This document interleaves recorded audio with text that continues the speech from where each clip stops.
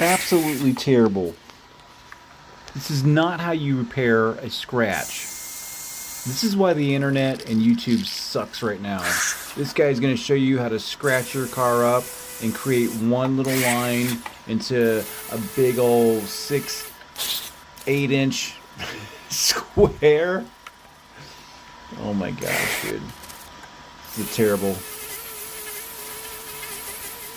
terrible way to fix your car. This is what you don't do. You're better off just putting that line on it. Gel drop that whole thing.